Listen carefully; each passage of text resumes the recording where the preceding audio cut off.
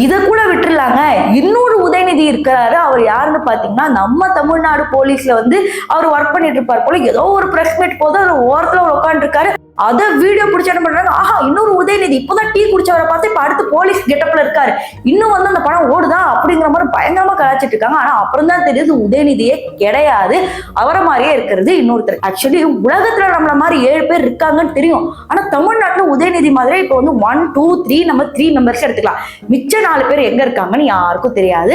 So நீங்க அந்த மாதிரி யாராவது பர்சன் பார்த்து நான் இவங்கள மாதிரியே இருக்கிறத பார்த்திருக்கேன் அப்படின்னு வந்து சொன்னீங்கன்னா கமெண்ட் செக்ஷன்ல சொல்லுங்க.